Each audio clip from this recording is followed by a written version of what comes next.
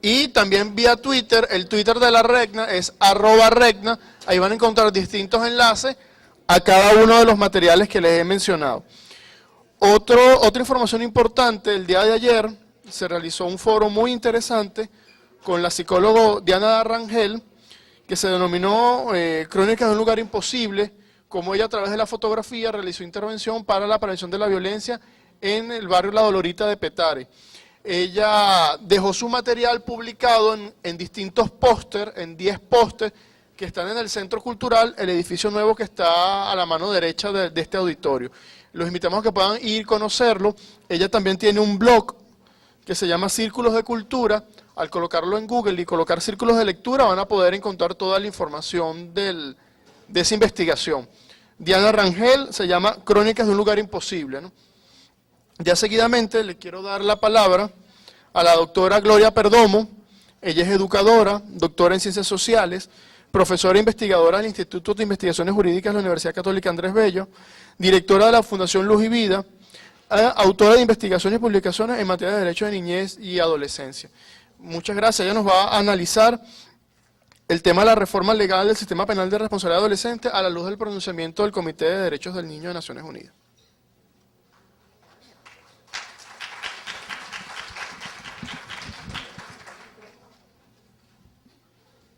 Porque ahí no.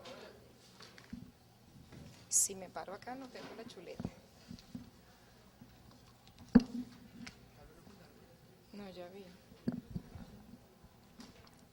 Bueno, muy buenos días a todos.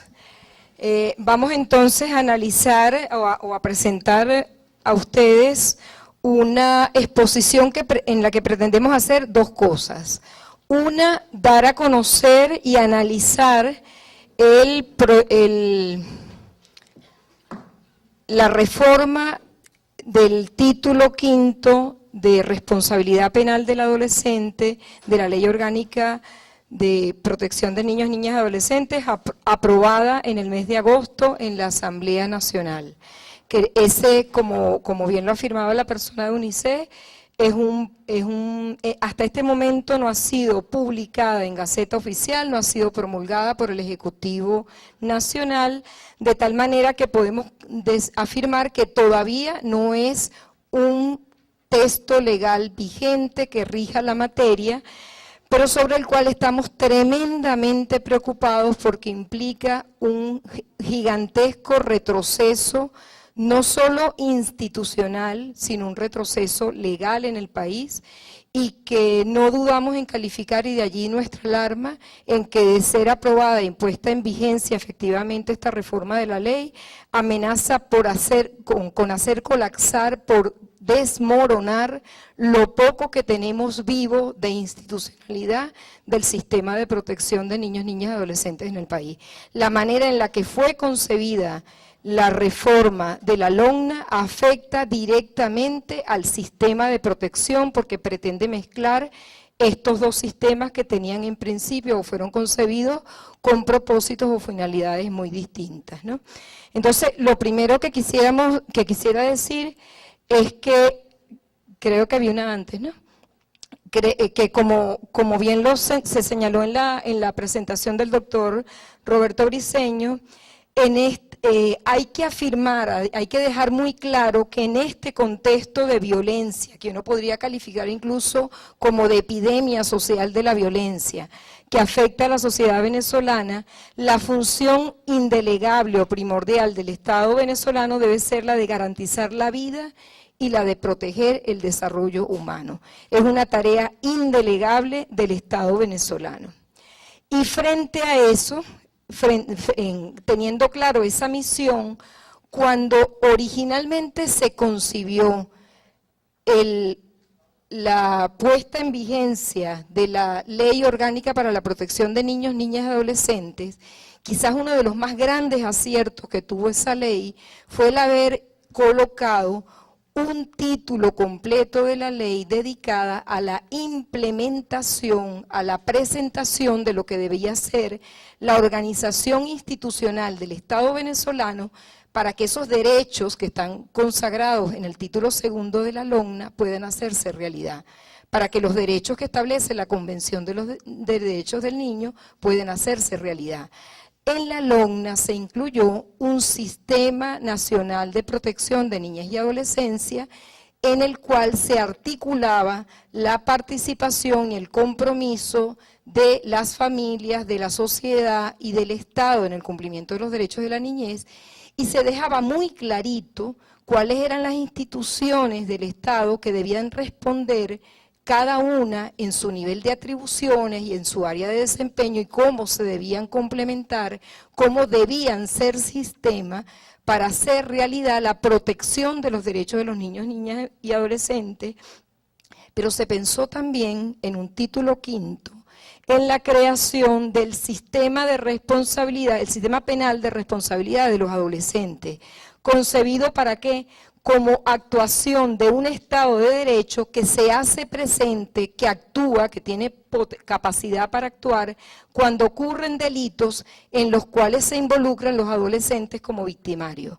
Era como para señalar, hay Estado. En estas situaciones donde fracasamos como país, como familia o como sociedad y tenemos a muchachos incorporados en la comisión de delitos, para esos casos tiene que haber otro sistema, que es el sistema penal de responsabilidad del adolescente que actúe, y ese sistema debe ser contundente en demostrar que es posible la justicia, que es posible la vigencia de los derechos humanos en la atención y tratamiento de esas situaciones, y debe demostrar que los adolescentes en conflicto con la ley, y esto es quizás lo más importante, pueden ser sujetos corresponsables de su cambio personal y de su reinserción social, que debe haber Estado para que eso sea posible, que no es un tema individual o casuístico de cada adolescente, de cada muchacho que incursiona en el delito, sino que cuando eso ocurre hay Estado, hay instituciones,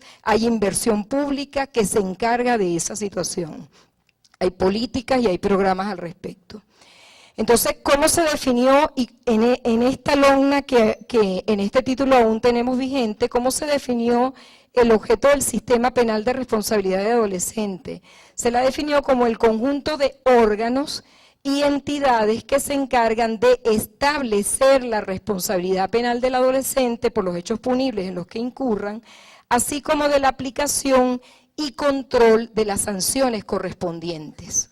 En nuestros cursos, cuando nosotros hemos trabajado en esto, nosotros hacemos así, incluso como gráficamente, abrimos la LOGNA y decimos, todo lo que está aquí, hasta el último título, es para evitar que los muchachos sean atrapados por las bandas delictivas, para evitar que los muchachos incurran en delitos. Este último pedacito de la ley, estas últimas paginitas se refieren a que cuando fracasamos, ¿qué es lo que hay que hacer? ¿Qué instituciones se encargan? Con procedimientos, instituciones y normativas diferenciadas, distintas con las que se actúa cuando se trabaja en la protección. Entonces, comenzando en el tema de la reforma propiamente de este título quinto de la LOGNA, ¿qué es lo que dice el 526 reformado? La afirmación es: el sistema está destinado a garantizar los derechos de las y los adolescentes en conflicto con la ley penal. Y como un segundo propósito, o un segundo párrafo, señala, bueno, como otra atribución, y entonces se coloca lo anterior, se indica que los integrantes del sistema establecen la responsabilidad de los adolescentes por los hechos punibles en que incurra y de controlar las sanciones que les sean impuestas. ¿Qué vemos ahí en esa forma de redactar y en esa forma de encabezar esta reforma del 526? Es nuestra impresión, la quisiera compartir o debatir con ustedes, pero nos parece que esa forma en la que se redactó lo que está expresando es un dilema social, cultural que tenemos en este país en materia de qué hacer en los casos de las personas y en particular de los adolescentes que cometen delitos.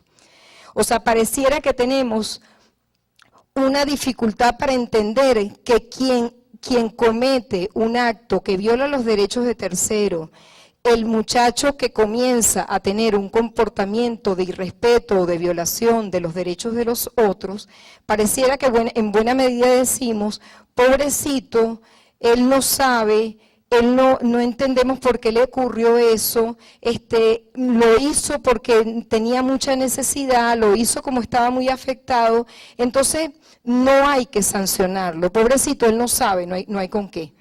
O sea, igual que cuando el muchacho llega a la casa y le trae a la mamá una cosa robada, entonces la mamá, en lugar de decirle, mire, explíqueme como hacían nuestras mamás en su momento, explíqueme por qué usted trajo eso, de dónde lo trajo, usted sabe que aquí a la casa no me puede venir con cosas que no son suyas. O sea, pareciera que hay de fondo un tema de no decisión, de no querer admitir que hay un muchacho que efectivamente está apartándose de la norma, apartándose del acuerdo social, apartándose de lo que son esas expectativas y sueños que tenemos como familia y como sociedad, y que cuando eso ocurre preferimos agachar la cabeza, decir no está pasando, y preferimos como dar la espalda y decir no puede ser que eso nos esté ocurriendo, es mejor hacernos los locos y no actuar. Esa decisión tiene consecuencias educativas y sociales tremendas. Quienes trabajamos con adolescentes y con niños lo sabemos. Si usted no repara, si usted no atiende y si no interviene educativamente en esa situación, sencillamente eso no es otra cosa, como lo decía el doctor Briceño, que promover o educar para la impunidad. Entonces, ese debate está allí, sentimos nosotros en el fondo. ¿Y por qué está en el fondo? Porque, entre otras cosas, porque entendemos, buena parte de nosotros entiende que ese muchacho que incursiona en el delito es el resultado de nuestro fracaso, de nuestra omisión, del fracaso de la escuela, del fracaso de la familia. Ese muchacho que en la mayoría de los casos, se los pueden decir los fiscales, la gente en los consejos de protección, los que están directamente a cargo de esas situaciones, uno entiende que llegó allí como producto de una cadena de violación de derechos. Pero que no es, el tratamiento adecuado no es decir, bueno, como se te han violado o han sido omitidos tantos derechos para ti, no vamos a reaccionar o no vamos a actuar. Y peor aún, el tema es que si el Estado actúa, y este es quizás lo más dramático del asunto, es que cuando el Estado actúa lo hace violando la ley. Y que lamentablemente en buena parte de las situaciones, cuando el Estado actúa, hay miedo de que la policía, por ejemplo, en los casos que tenemos en los barrios, en las escuelas, un muchacho que en la escuela efectivamente lo que realiza es un acto delictivo, la maestra o la directora, tú le indicas, eso es un acto delictivo, usted tiene que presentar este caso ante la fiscalía o tiene que llamar a la policía, mire, usted me está informando de eso, tiene que llamar a la policía y debe actuar. El maestro te dice, pues yo no, es mi alumno y no sé qué le puede pasar si se lo lleva de aquí la policía. Porque yo he visto, y esa fue la respuesta de unas maestras de allá de Petare, porque la semana pasada la policía se llevó a unas personas y no regresaron al barrio, quedaron muertas.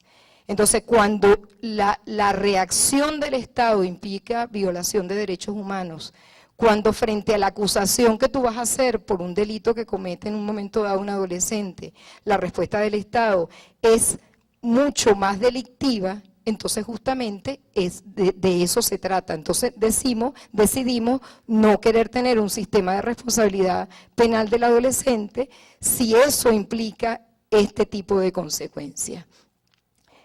Entonces este sistema solo se podrá crear, o sea, para que este sistema funcione y se cree, tiene que haber efectivamente entonces las instituciones idóneas, los recursos, tiene que haber confianza en la ley y ante todo el sistema va a funcionar si se cree, se confía en las capacidades de todo ser humano para integrarse a la sociedad. Si se cree en términos de que sí es posible apoyar la formación ética y el desarrollo moral de los muchachos, el respeto a los derechos humanos y las libertades fundamentales de todas las personas. Si nosotros no creemos que ese muchacho que cometió el delito puede cambiar, si no creemos en la capacidad de la educación, de la formación, del trabajo social, del trabajo de apoyo a la familia para que ese muchacho cambie, si creemos que los muchachos, y me perdona la expresión, pero es la expresión que uno oye en la calle, en las comunidades, si creemos que el muchacho es basura, que no es reeducable, que no hay manera de trabajar con él, que mejor es que lo maten, si esa es la convicción que como sociedad, como pueblos, como comunidades tenemos, sencillamente esto que coloquemos en la ley y en la norma, en términos de que hay que hacer como sistema de responsabilidad penal del adolescente, va a ser básicamente un ideal, un normativo. O sea, todo esto está implicado en esa propuesta de reforma de la ley, ¿no? Entonces, ¿qué vemos como gran dificultad? Que la ley debería ser clarísima en ese 526, si lo van a reformar, tiene que quedar muy claro que va a haber una sanción para el adolescente que comete delitos. Para las comunidades, para la sociedad, para los propios muchachos, debe quedar claro que hay un sistema institucional que va a actuar con justicia, con severidad, para que quien comete un delito siendo adolescente sepa que eso tiene consecuencias, pero que las consecuencias no implican una violación de sus derechos humanos. Las consecuencias implican efectivamente la reparación de un daño, pero también una oportunidad para cambiar el destino.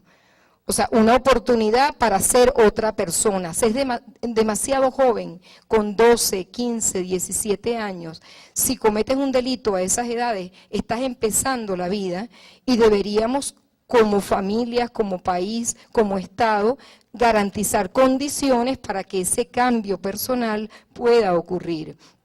Por eso la ley insiste y lo está establecido en el 78 de la Constitución y en la propia Convención, que la justicia, los órganos y el personal que atiende estas situaciones deben ser especializados. No puede ser cualquier tipo de intervención profesional.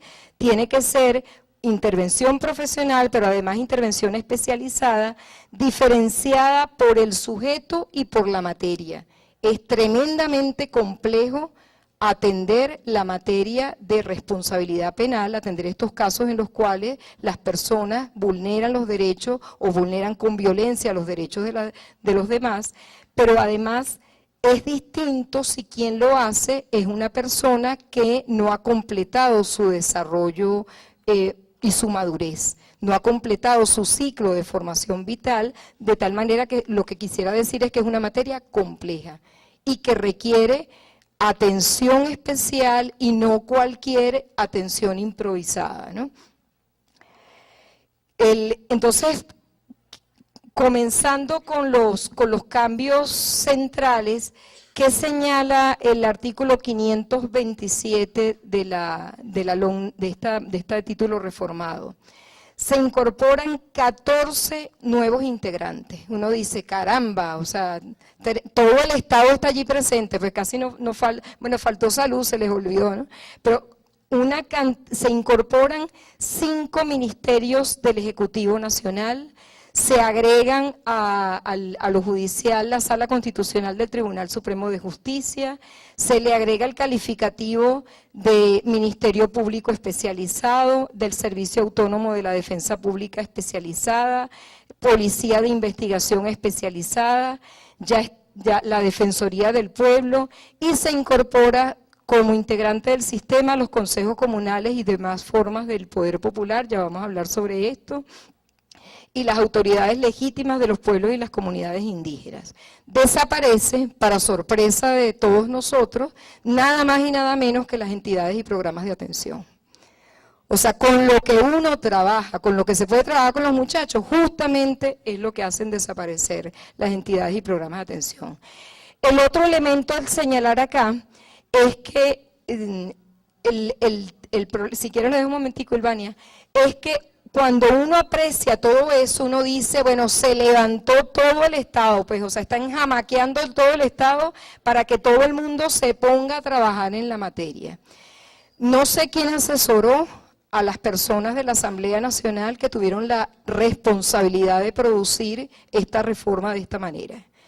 Pero en términos de técnica legislativa, lo que colocaron allí fue básicamente un saludo a la bandera, nombran esos 14 órganos integrantes y a ninguno de ellos le indican cuáles son las atribuciones, qué es lo que usted debe hacer.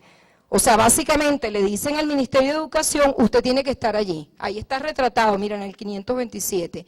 Ningún artículo de la ley le dice al Ministerio de Educación exactamente cuáles son sus atribuciones o obligaciones en esta materia. Como no se lo dice a Juventud, o sea, no se señala de manera tal de que si no fuesen a formar parte de un sistema, es decir, de un conjunto articulado de acciones, uno pensaría que cada uno de ellos por su cuenta puede hacer algo. No se le indica. O sea, el normativo que redactaron no indicó las atribuciones, no indicó en qué participan, para qué, o sea, por qué es que tú estás allí, cuáles son las competencias que estos órganos deben cumplir en materia de responsabilidad, qué significa ser parte del sistema. Y la otra gran pregunta, allá hay un gentío. ¿Quién es el que jefatura ese sistema? ¿Quién es el que le da dirección? ¿Quién es el que establece las grandes direcciones? ¿Dónde está el órgano rector? O sea, ahí están un poco gente nombrada que se van a sentar y cada quien va a inventar qué es lo que se le ocurre hacer, que a diferencia de lo que teníamos en la LOMNA anterior y en el sistema de protección, donde está muy clarito cuál es tu tarea y cuál es la de los otros.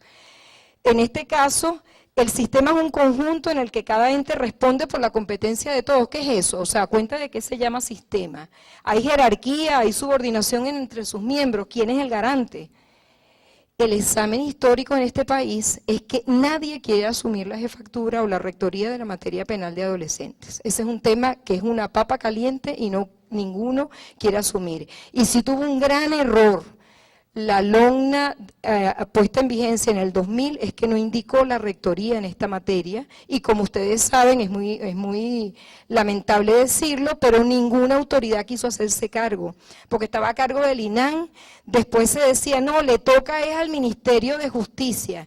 El Ministerio de Justicia ni se enteró que era un asunto de ellos, luego lo pasaron por un tiempo determinado al Ministerio de Participación, total que no ha estado claro, en este momento no está claro quién tiene a cargo el sistema en términos del Ejecutivo Nacional, la responsabilidad en materia penal de adolescentes. Nunca estuvo claro, nadie la quiere asumir, y entonces lo que da la impresión es que colocándolo de esta manera, todo el mundo se va otra vez a evadir esa responsabilidad y quedará en manos del que le toque directamente la atención de los adolescentes privados de libertad, que es lo que uno presume, ¿no?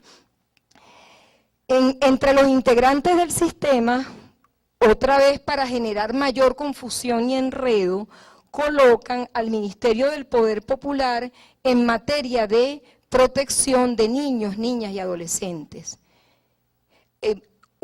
Una grave dificultad que tenemos en este momento en el país es que no sabemos quién es el ministerio, quién es la cara visible de ese Ministerio del Poder Popular con competencia en materia de protección de niños, niñas y adolescentes. Entonces uno se pone a averiguar, a pescar por ahí donde están.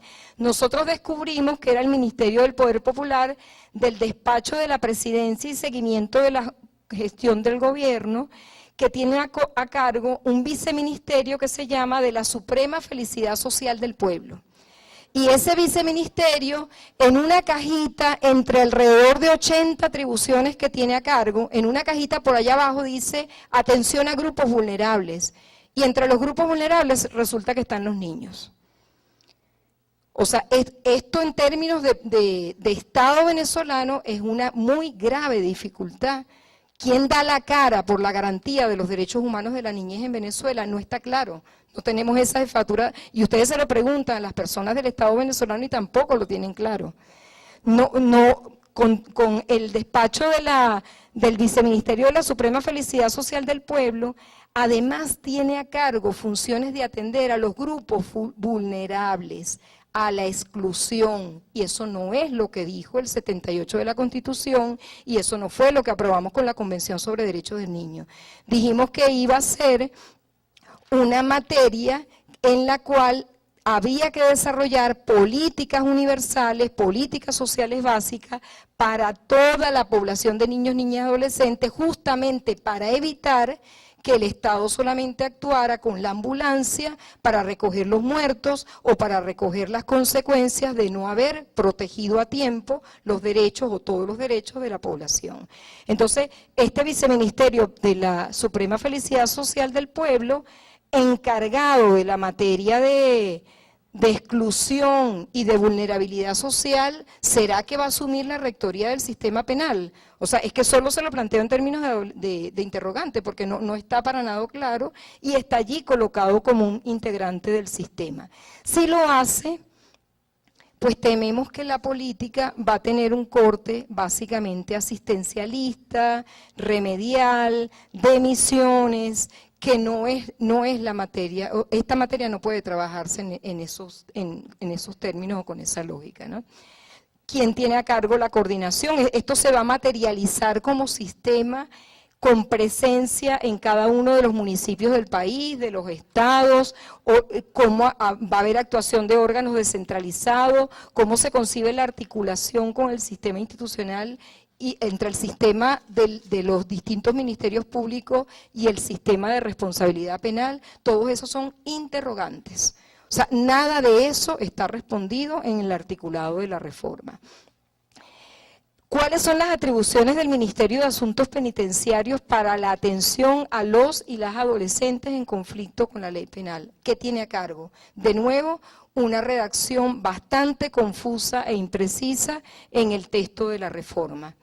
Si quieres pasa la siguiente. No, perdón, vamos a la anterior.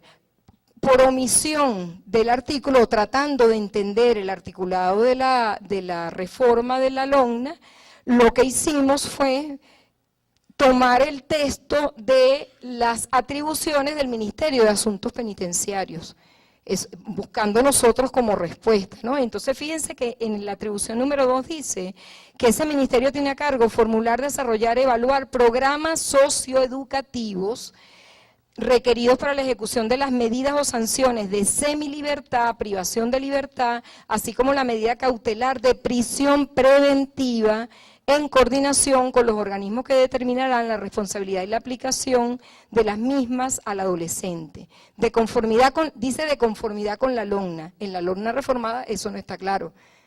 Pero uno dice, bueno, si el ministerio las asume, por fin tenemos a alguien que dice que se va a encargar de las medidas de privación de libertad, de semilibertad. O sea, por fin le vemos allí, pero estamos buscándolo. Yo lo estoy localizando en la normativa que rige el ministerio, no en la LONNA. O sea, y allí dice que es de conformidad con la LONNA, ¿no?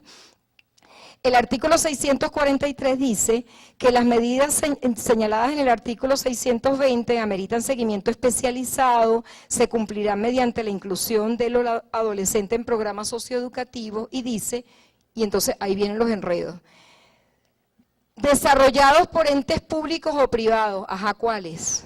¿A qué se está usted refiriendo? Estamos hablando de una materia que es seguridad de Estado, que es el control de las sanciones a los adolescentes que cometen delitos. Entonces dice, desarrollados por entes públicos o privados, consejos comunales u otras formas de organización social debidamente registradas en los consejos municipales de derecho de la localidad donde se pretende desarrollar los mismos, tal cual lo provee la ley. Entonces, aquí avanzan los enredos o las confusiones. Esta era una materia que estaba colocada a nivel regional, no era municipal. La materia de responsabilidad penal, históricamente en el país, como no ha habido inversión pública en esta materia, entre otras razones, los pocos centros, por ejemplo, que tienen a cargo las medidas socioeducativas, los muy pocos, contados con los dedos de la mano, estaban colocados en cabeza de Estado. No es que usted tiene en todos los municipios del país la materia. ¿O qué van a hacer? Por ejemplo, hablando de entidades de atención.